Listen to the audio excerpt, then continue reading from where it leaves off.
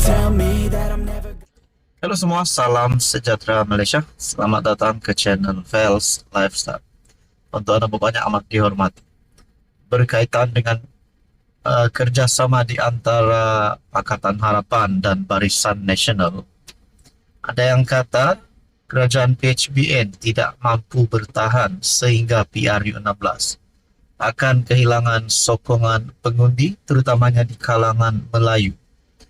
Tapi ada juga yang berkata kerajaan PHBN akan terus teguh dan bersama sehingga PRU16.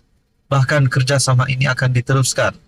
Ada yang berharap begitu, terutamanya kepada mereka yang menyokong kerajaan PHBN.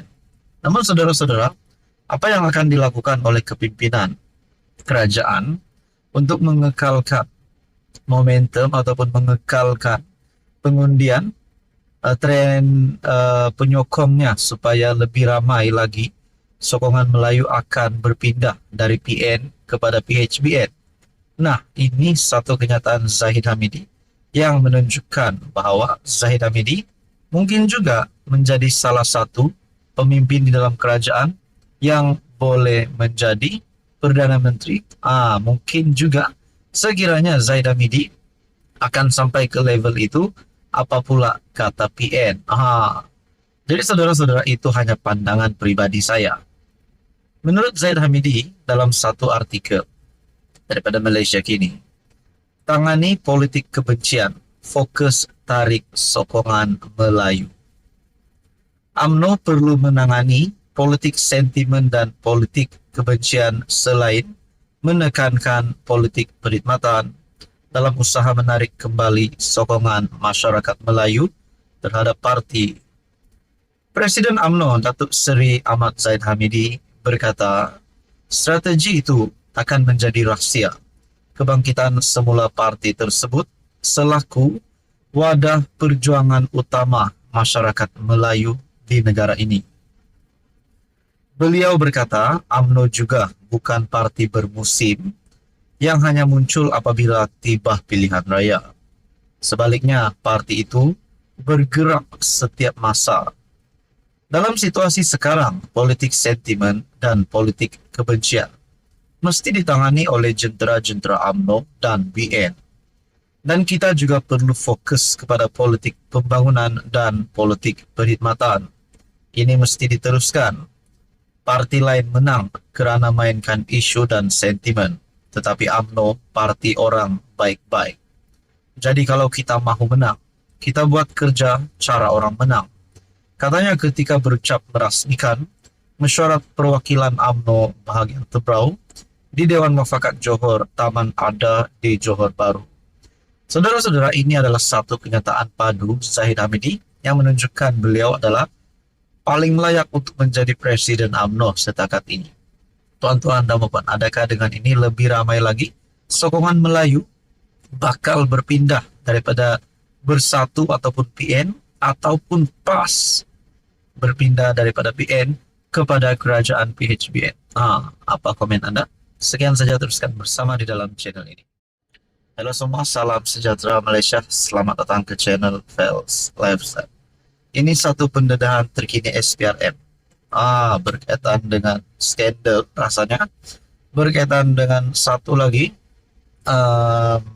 SPRM detect satu lagi salah laku. Dan kali ini pula berkaitan dengan kapal selam. Akhirnya dikongsikan daripada Malaysia Kini, SPRM temui petunjuk baru dalam kes Scorpion. Suruhanjaya Pencegahan Rasuah Malaysia dilaporkan memperoleh petunjuk baru dalam siasatan mengenai pembelian kapal selam kelas Scorpion oleh Malaysia dari Perancis. Laporan oleh The Star yang memetik sumber yang mempunyai pengetahuan tentang siasatan itu menyatakan badan tersebut sedang menyiasat sebuah syarikat tempatan yang dipercayai telah membayar RM42 juta tanpa pengetahuan lembaga pengarahnya. Lebih menariknya, tuan-tuan dan puan, ada dikongsikan di sini. Laporan tersebut menyatakan bahwa jumlah yang didakwa di Seleweng itu adalah sebahagian daripada kontrak bernilai bernilai Rm530 juta untuk perkhidmatan sokongan berkaitan dengan pembelian kapal selam tersebut. Pembayaran tersebut dipercayai telah dibuat kepada syarikat-syarikat milik ahli keluarga pemilik syarikat berkenaan yang membuat pembayaran itu. Berdasarkan perkembangan terbaru ini, SPRM akan memanggil beberapa saksi, malah kami telah mengenal pasti beberapa daripada mereka dan telah merekodkan kenyataan mereka, kata sumber yang dipetik. Pembelian 2 kapal selam tersebut berlaku ketika Najib Razak menjadi Menteri Pertahanan pada 2002. Kedua-dua kapal selam yang dinamakan KD Tunku Abdurrahman dan KD Tun Razak tiba di Malaysia masing-masing pada bulan September 2009 dan Julai 2010. Namun, pemerolehan kapal selam tersebut telah dilanda kontroversi di Malaysia dan Perancis. Pada April 2022, seorang hakim Perancis telah mendakwa syarikat pertahanan Perancis Thales atau kesalahan bersubahat dalam rasuah berkaitan penjualan kapal selam tersebut kepada Malaysia. Thales pada masa itu berkata, sangat membantah tuduhan tersebut. April lalu, kata Ketua Pesuruhjaya SPRM Azam Baki berkata, Suruhanjaya itu masih aktif menyiasat kes tersebut. Kes masih berjalan, yang mana kita sebenarnya masih berhubung dengan pihak-pihak luar negara bagi mendapatkan maklumat keterangan tentang beberapa transaksi, katanya di lapor media. Jadi saudara-saudara, ini satu lagi pendedahan daripada SPRM yang pasti mengejutkan. Dan ini berlaku pada era Najib Razak menjadi Menteri Pertahanan. Persoalannya, kalaulah ini ada lagi Jerung ataupun Perasua ditangkap, adakah SPRM tidak lama lagi akan mengumumkan tangkapan terbaru kepada mana-mana kaki-kaki sakau, mana-mana Jerung ini? Nah, itu menjadi persoalannya. Jadi saudara-saudara, apa komen Anda berkaitan dengan isu ini? Halo semua, salam sejahtera Malaysia. Tuan-tuan dan puan yang amat dihormati. Terima kasih kerana terus bersama di dalam channel ini. Saudara-saudara, baru-baru ini satu isu yang menjadi panas di seluruh Malaysia berkaitan dengan dana sumbangan Arab kepada sekolah. Dan akhirnya berkaitan dengan isu ini, ramai kepimpinan politik yang telah memberikan pandangan. Sudah pasti ada kecaman yang diterima berkaitan dengan isu ini. Ada saja pandangan beberapa sudut dari positif dan juga dari sudut negatif. Namun itu semua pandangan daripada kepimpinan politik dan pandangan peribadi. Namun saudara-saudara, Ahmad Zahid Hamidi, Timbalan Perdana Menteri, juga ada membuat kenyataan berkaitan dengan ini. Ini bukan sumbangan untuk sekolah, tetapi untuk konsert amal menurut Timbalan Perdana Menteri.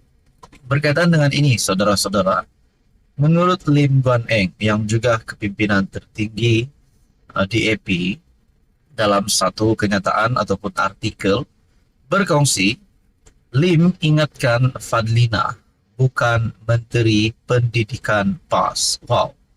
Seperti yang kita tahu, ada juga mengecap, memberikan kecaman kepada KPM berkaitan dengan isu ini. Kita lihat di dalam berita seterusnya, pengerusi DAP Lim Guan Eng mengingatkan Menteri Pendidikan Fadlina Sidek supaya tidak berpendirian seiring dengan PAS dan Pemuda UMNO dalam isu kutipan dana pendidikan Cina dan menegaskan dia bukan Menteri Pendidikan PAS. Saudara-saudara, berkaitan dengan ini, saya nak mempersoalkan secara pribadi, adakah ini boleh membawa kepada peletakan jawatan ataupun gesaan kepada Menteri Pendidikan supaya beliau dipecat? Nah, itu menjadi persoalannya. Komen Fadlina sebelum ini mengenai acara kutipan dana pendidikan Cina agak keras. Saya harap dia akan mempertimbangkan semula pendiriannya itu. Beliau bukan Menteri Pendidikan PAS. Beliau mewakili Pakatan Harapan, Kerajaan Perpaduan dan seluruh negara, kata Lim yang juga adun air hitam pada sidang media di pusat khidmatnya. Menurut Nanyang Siang Pau, Lim turut menyoal Ketua Pemuda UMNO Akmal Saleh mengapa dia mencampuri isu yang tidak ada kena-mengena dengan masyarakat Melayu dan Islam kerana ia melibatkan masyarakat Cina. Kata Lim, DAP mempunyai pendirian yang jelas dalam perkara bahawa usaha mengumpul dana untuk pendidikan Cina tidak boleh diganggu gugat. Pendirian ini jelasnya telah dibangkitkan dalam kabinet dan jemaah menteri sedang menunggu maklum balas daripada Kementerian Pendidikan. KPM berkata kerajaan mengekalkan garis panduan sedia ada untuk kutipan dana sekolah yang termasuk larangan sebarang pameran dan promosi minuman beralkohol di premis sekolah. Jadi berkaitan dengan ini, Zahid Hamidi sebagai Timbalan Perdana Menteri dah membuat kenyataan sumbangan syarikat Arab untuk konsert amal bukan kepada sekolah. Jadi saudara-saudara berkaitan dengan cerita panas ini, adakah ini akan memberikan kesan kepada kerajaan, kesan kepada mana-mana pihak politik di Malaysia? Apa komen Anda? Sekian saja, teruskan bersama di dalam channel ini.